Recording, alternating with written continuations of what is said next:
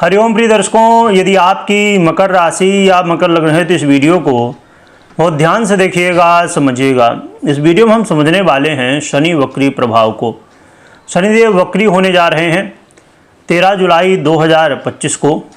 शनिदेव वर्तमान में मीन राशि में गोचर कर रहे हैं और ये वक्री काल 139 दिनों के लिए है, लंबे समय के लिए है, यानी कि 28 नवंबर तक ये अब वक्री रहेंगे और फिर 28 नवंबर को मार्गी होंगे।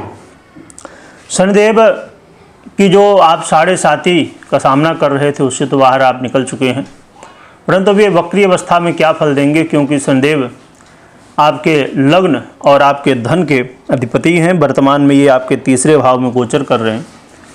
थोड़ी सी यहाँ पर भ्रम की स्थिति भी है, वो भी समझेंगे क्या कैसा फल देंगे, अच्छा बुरा वो भी जानेंगे और उपाय भी जानेंगे।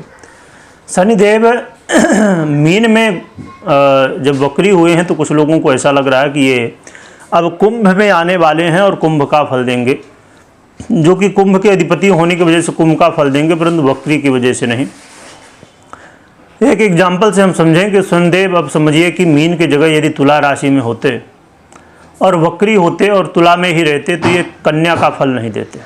उसी तरह स्थिति यहाँ पर है कि कुंभ का फल देंगे, परंतु राशि के अधिपति होने की वजह से वक्री की वजह से नहीं, क्योंकि ये 29 मार्च 2025 को जब इन्होंने कुंभ राशि को छोड़ा तो ये मीन में आए और मीन के जो पूर्वा भाद्रपद का चतुर्थ चरण है मीन में, उसमें आए।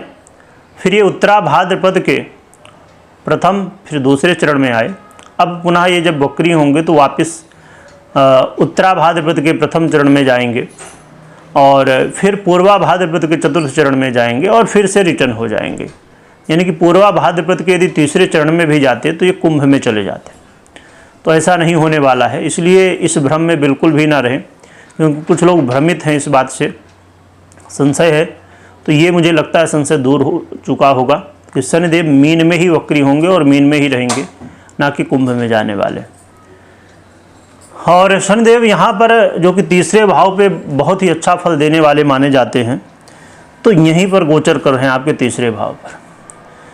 तो शनिदेव के इस समय जो गोचर काल है ये आपके जीवन में भाग्य की वृद्धि कराएगा और कई सारे काम आपके अचानक बनने शुरू हो जाएंगे।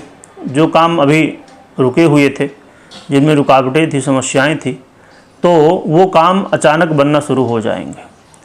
साथ में शनिदेव का जो प्रभाव है ये आपके देखा जाए कि जो लोग पहले से इन्वेस्ट किए हुए हैं, यानी पहले से कोई काम है उसमें आपने कहीं इन्वेस्ट किया, बहुत सारे तरीके होते हैं इन्वेस्ट के करने के, तो वहाँ से आपको प्रॉफिट होने की संभावना इस समय बढ़ जाएंगे।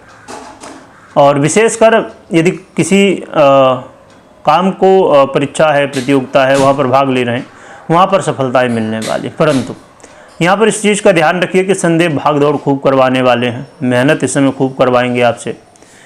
और कई बार शनिदेव की, क्योंकि हमेशा ये इनका कहा गया है कि इनकी जो गति है वो बहुत धीमी है, सने सने धीरे धीरे चलते। तो ये सफलताएं भी जब देते हैं तो व्यक्ति को इतना समय कई बार लगने लगता है कि उसको लगता है कि अरे अब हम असफल ही हो जाएंगे, सफलता मिलने नहीं, तो कई बार व्यक्ति छोड़ देता परेशान। तो आपको इस चीज़ का ध्यान रखना कि इस समय धैर्य नहीं खोना है और पिता के रिश्तों के साथ थोड़ा सा कई बार और उनके स्वास्थ्य में समस्याएँ देखने को मिल सकती हैं, तो इस चीज़ का ध्यान रखिएगा। और आपको जल्दबाजी में बिल्कुल भी नहीं रहना है, क्योंकि कई बार थोड़ा सा व्यय की स्थितियाँ बनेंगी, तो व्यय की स्थितियों से बचना है। और आप कोर्ट कचहरी के यदि मामले में हैं वहाँ भी सतर्क रहिएगा। वहाँ के शनिदेव के प्रभाव जो हैं तो आपको सफलताएं दिलाने वाले हैं और धन की वृद्धि भी कराने वाले हैं, परंतु धन की वृद्धि के साथ जैसे हमने समझा कि व्यय भी होगा, तो व्यय से बचना है। ये फ़ायदा उन लोगों को ज़रूर हो सकता है जो इंपोर्ट एक्सपोर्ट का काम करते हैं। ऐसे लोगों को शनिदेव बेनिफिट दे सकते हैं, विदेश से जुड़ के काम कर रहे हैं ऐसे लोगों को भी बेनिफिट मिल सकता है। तो ये बहुत अच्छी बात है, यानी कि जो चीज़ें मिलनी हैं तो मिलेंगी अब, परंतु आसान नहीं होंगी। उनमें पहले तो संघर्ष होगा, भाग दौड़ होगी और उसके बाद फिर आपको इसका रिजल्ट देखने को मिलेगा। क्या हम उपाय करें जिससे शनिदेव हमें और भी अच्छे फल दें? तो इसके लिए सबसे पहला ज़रूरी है कि कर्म। शनिदेव चाहते हैं, न्यायाधीश हैं, वो कर्मेश हैं, वो चाहते कि भैया आप कर्म करो और किसी को सताओ मत। आपके हाथ के नीचे यदि कोई काम कर रहा है तो उसको सताओ मत आप। और यहाँ पर मुख्य रूप से आप शनि के मंत्रों का जप कर सकते हैं। ओम प्राम प्रीम प्रोम सह शनैः नमः, या अन्य मंत्र जो भी आप, ओम सम शनिश्चराय नमः, या अन्य जो भी मंत्र आपसे बनते हो तो किसी न किसी मंत्र का जप करिए, या तो स्तोत्र इत्यादि का, चालीसा इत्यादि का पाठ कर सकते हैं। और हनुमान जी की आराधना करिए। हनुमान जी की आराधना में हनुमान चालीसा करना या हनुमान जी के दर्शन करना, जो भी आप कर सकें।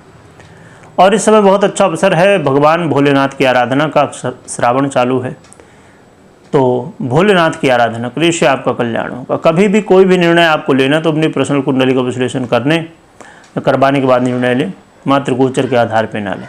वीडियो देखने के लिए बहुत बहुत धन्यवाद।